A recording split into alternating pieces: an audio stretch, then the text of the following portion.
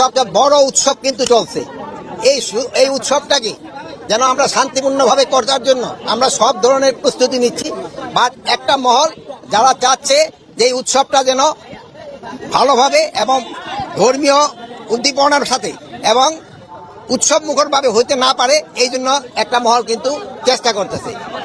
আসসালামু আলাইকুম বন্ধুরা, আপনারা তো দেখতে পাচ্ছিলেন এতক্ষণ স্বরাষ্ট্র উপদেষ্টার কিছু কথা। তো বন্ধুরা, আপনারা যে কথাটা শুনতে পাচ্ছেন সেটা হইল ভারত ফ্যাসিবাদের দোসরদের ইন্ধনে খাগড়াছড়িতে একটা গোলমাল পেছানোর একটা চেষ্টা করতেছে। বন্ধুরা, আপনারা তো জানেনই বর্তমানে একটা হিন্দুদের বড় ধরনের পূজা অনুষ্ঠান হইতেছে। বন্ধুরা, স্বরাষ্ট্র উপদেষ্টা সেই বিষয় নিয়ে কথা বলতেছিলেন। তো এই সংবাদ সম্মেলনের মধ্যে এক সাংবাদিক ভাই তিনি একটা প্রশ্ন করে ফেলছেন, পাশাপাশি তিনি যে কথাগুলো বলছেন এগুলা ডাইরেক্ট একেবারে বলেই দিছে যে কারা কারা এটার মধ্যে লিপ্ত আছে। তো বন্ধুরা, সেই বিষয়ে দেখতে হলে ভিডিওটা শেষ পর্যন্ত দেখতে থাকুন।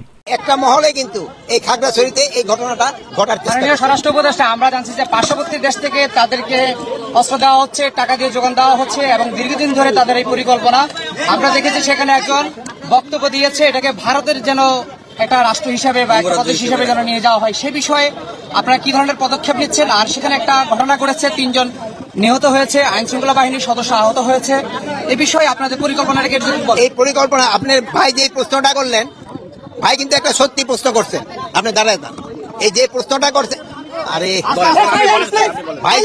ভাই বন্ধুরা, সাংবাদিক ভাই যে প্রশ্নটা করছে যে বর্তমানে এই যে ভারত কইলাম এখনো কইলাম ভাবতেছে এই খাগড়াছড়ি কিছু কিছু অঞ্চলগুলো আছে যেগুলো এখনো তারা অঙ্গরাজ্য হিসেবে দেখে এবং তারা চাইতেছে এটা তারা নিতে বা এটা নেওয়ার কোনো ব্যবস্থা করতে। তো সেই হিসেবে তিনি একটা কথা বলছে যে ভারতের নাকি অস্ত্র দিয়ে সাহায্য করছে। তো বন্ধুরা, এই বিষয় নিয়ে আপনাদের মতামত কি তা অবশ্যই জানাবেন। আর এটা কি ভারতের একটা চাল নাকি ফ্যাসিবাদের গত সরকারের এটা কোনো একটা চাল? তো বন্ধুরা, সেই বিষয় নিয়ে আপনাদের মতামত কি তা জানাতে পারেন কমেন্ট বক্সে। ভারতের ইন্ধনে বা ফ্যাসিস্টদের ইন্ধনে এই ঘটনাটা ঘটাচ্ছে।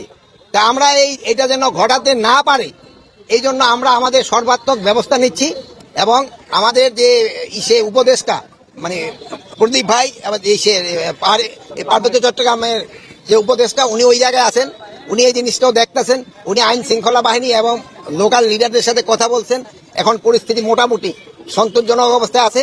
তা আপনারা জানেন কিছু সন্ত্রাসী পাহাড়ের উপরে থেকে তারা ফায়ার করছে এবং এই হাতিয়ারগুলি অনেক সময় ভাই থেকে আসছে, যেটা আপনি ভাই বললেন। আমি অবশ্য দেশের নাম বলতে চাই না, আমার সাংবাদিক ভাই দেশের নামটা বলে দিছে।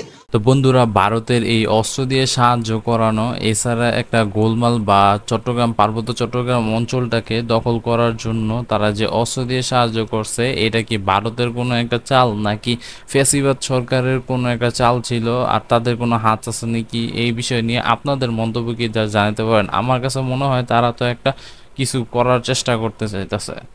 আপনারা এটা যেন প্রতিহত করতে হলে আপনাদের সবাই আমাদের সাহায্য এবং সহযোগিতা দরকার হবে। আপনারা সবাই আপনি সাহায্য সহযোগিতা করবেন।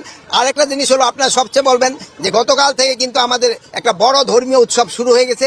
এই উৎসবের সময় যেন কেউ কোনো ধরনের বিশৃঙ্খলা সৃষ্টি না করে। তো বন্ধুরা, এই হইল স্বরাষ্ট্র উপদেষ্টার কিছু কথা। এছাড়া সাংবাদিক ভাইয়ের প্রশ্নটা আপনার কাছে কিরকম লাগছে? এছাড়া সাংবাদিক ভাইয়ের প্রশ্নে আপনার কি মতামত তা অবশ্যই জানাতে পারেন। এছাড়া স্বরাষ্ট্র উপদেষ্টা তারা বলতেছে তারা বিভিন্ন ধরনের পদক্ষেপ নিতেছে সেই বিষয়ের উপর, যাতে করে এরকম কোনো বিশৃঙ্খলা সৃষ্টি না হতে পারে বা অরাজনৈতিকতা সৃষ্টি না হতে পারে।